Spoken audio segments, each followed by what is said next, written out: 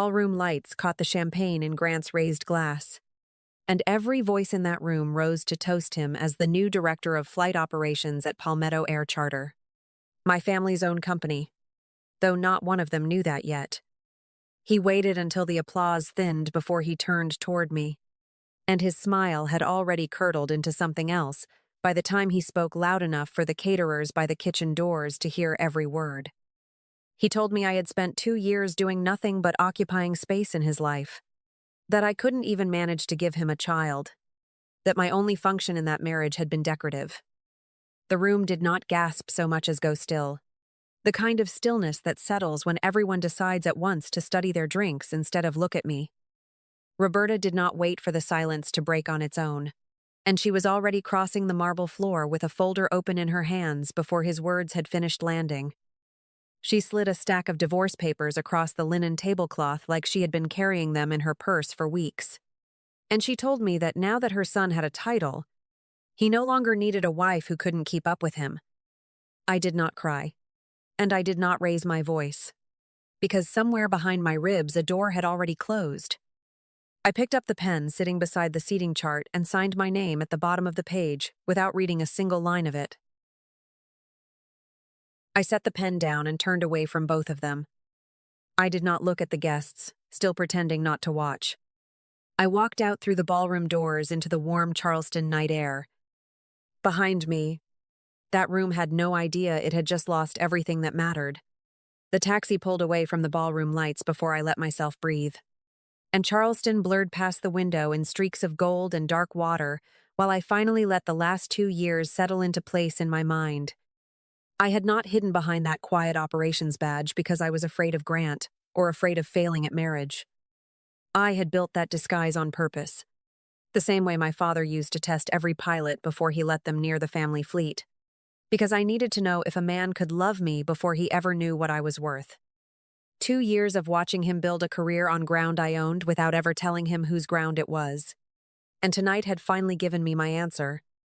I pulled out my phone and called Desmond before the driver had even turned onto the bridge. And when he picked up on the second ring, I didn't waste a single word on pleasantries. I told him the marriage was over and the experiment was finished, and that I needed my full legal standing as principal beneficiary of the Vaughn Family Trust reinstated before morning. He asked only one question, whether I wanted this handled quietly or handled completely. And I told him completely, because quiet had already cost me 2 years I wasn't getting back. He said the paperwork could be moving within the hour, and something in his voice told me he had been waiting a long time for me to make that call. The car stopped outside my building near the harbor, the one none of them had ever seen, and I rode the private elevator up in silence with the taste of that ballroom still sitting bitter in my throat. I walked into my closet and pulled the tailored charcoal suit from the back, the one that had waited 2 years for a night like this one. I changed out of the dress Grant had picked for me and left it folded on the chair like something already belonging to a different woman. Standing in front of the mirror, I did not see an operations coordinator anymore. I saw the owner of Palmetto Air Charter, and she was done waiting to be seen. Desmond was already waiting by the time I reached the harbor office, standing outside the glass doors of Vaughn Family Trust with 2 folders under his arm and no surprise on his face at all, like he had known this call was coming for 2 years. I walked past him into the conference room and dialed Harlan Digby on speaker before I had even taken off my coat. And when he answered, I laid it out plainly. That Grant had humiliated me in front of 40 guests at a company event, and that his mother had produced divorce papers before the champagne went flat. Harlan didn't interrupt once. He let me finish. And then he asked me a single question, whether I wanted this treated as a personal matter or a trust matter. And I told him there was no difference anymore. Harlan pulled up the trust documents on his end and read the morality clause back to me almost word for word, the one my father had insisted on 20 years earlier, stating that any beneficiary who publicly humiliated a trust principal in a manner damaging to family standing forfeited all beneficial interest immediately upon confirmation. He confirmed it that night. Grant's access to Palmetto Air Charter, every account, every signing authority, every operational privilege tied to his name, was severed before sunrise. and Harlan didn't wait for a second vote to make it official. Desmond worked beside me at the conference table for the next hour, revoking Grant's credentials from the flight operations system one login at a time, while I watched the access logs turn red across the screen. He killed the badge clearance tied to the executive hangar entrance, the one Grant had used that very morning to walk in and shake hands like the company already belonged to him. I sat back and watched the last active session log him out automatically, his name disappearing from the operations dashboard like it had never been there at all. Desmond looked up from the screen and said only that it was done, and for the first time since the ballroom, I felt something in my chest unclench. By 6 that morning, I was back at my own desk at the harbor office with 3 years of Palmetto claims history pulled up across 2 monitors, working the case the same way I worked every fraudulent file that crossed my desk at the insurance company, except this time the name on every flagged report was my husband's. I started with the maintenance incident claims Grant had personally authorized over the past 8 months, the ones citing hydraulic failures and avionics damage on aircraft that had barely logged enough hours to need a full inspection. Something about the payout amounts felt wrong before I even understood why. So I pulled the actual maintenance logs from the hangar system and laid them beside the insurance filings line by line. The numbers on the surface looked clean, the kind of clean that only comes from someone who knew exactly what a claims reviewer wanted to see. The damage described in 4 separate claims did not match a single work order in the hangar's own maintenance records. Not the parts replaced. Not the labor hours. Not even the technician's signatures. Each of those 4 claims listed the same third-party appraiser, confirming the inflated damage estimates before the checks went out. And that name stopped me cold when I saw it printed at the bottom of the page. Whitney Marsh, licensed aviation broker. The same name I had heard Grant mention once at a company dinner as someone helping him build relationships with charter clients.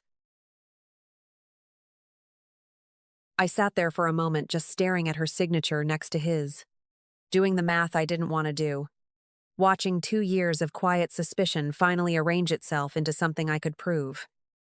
I cross-referenced the payout dates against Grant's personal credit card statements, the ones still linked to our joint account because he had never once suspected I could see them.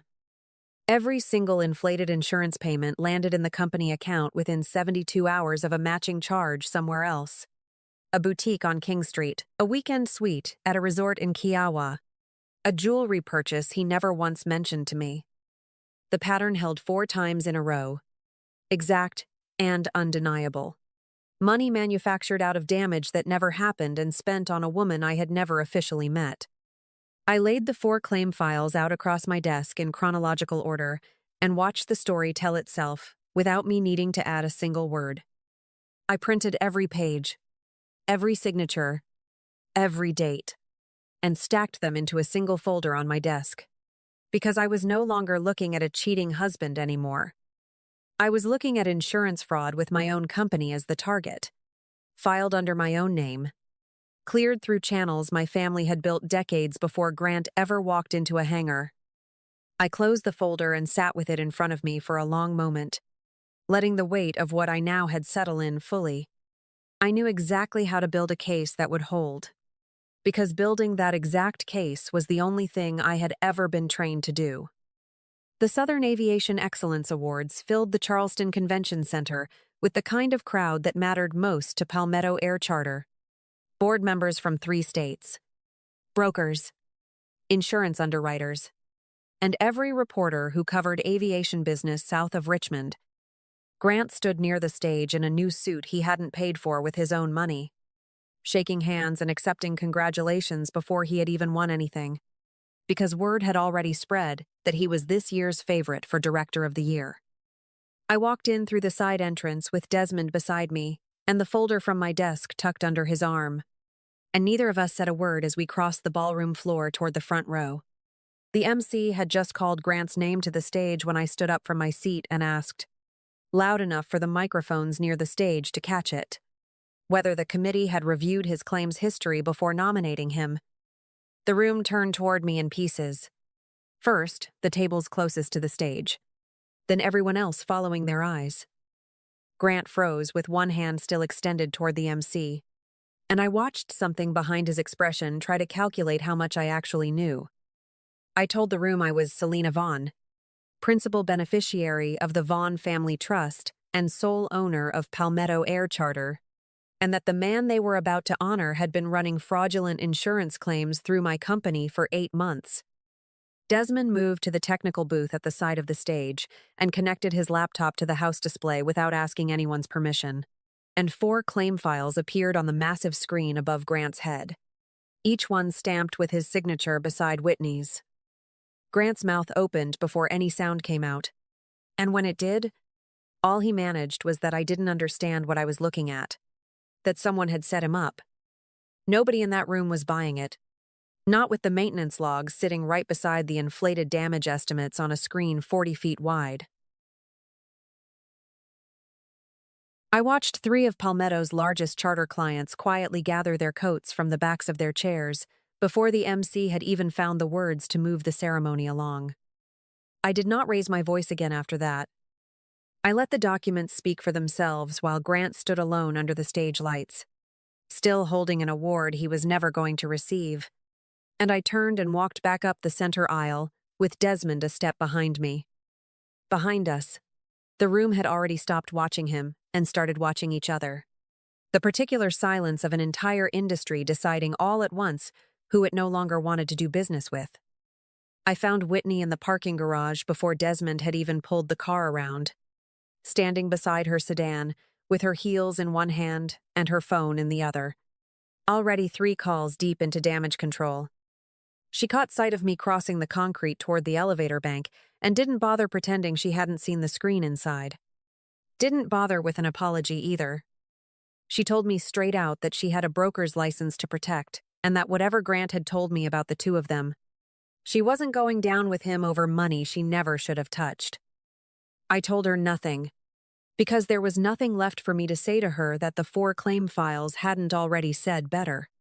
Grant came through the garage exit maybe 90 seconds behind me, still in his award show suit, calling Whitney's name across the concrete like she owed him something. She turned on him before he even finished crossing the distance between them, telling him flatly that she wasn't losing her license over a man who couldn't even keep his own signature off a fraud investigation, and that whatever this had been between them, it was finished the second his face hit that screen. He reached for her arm and she pulled it back hard, already sliding into her car before he could get another word out. And she pulled out of that garage without once looking back at him standing alone under the fluorescent lights.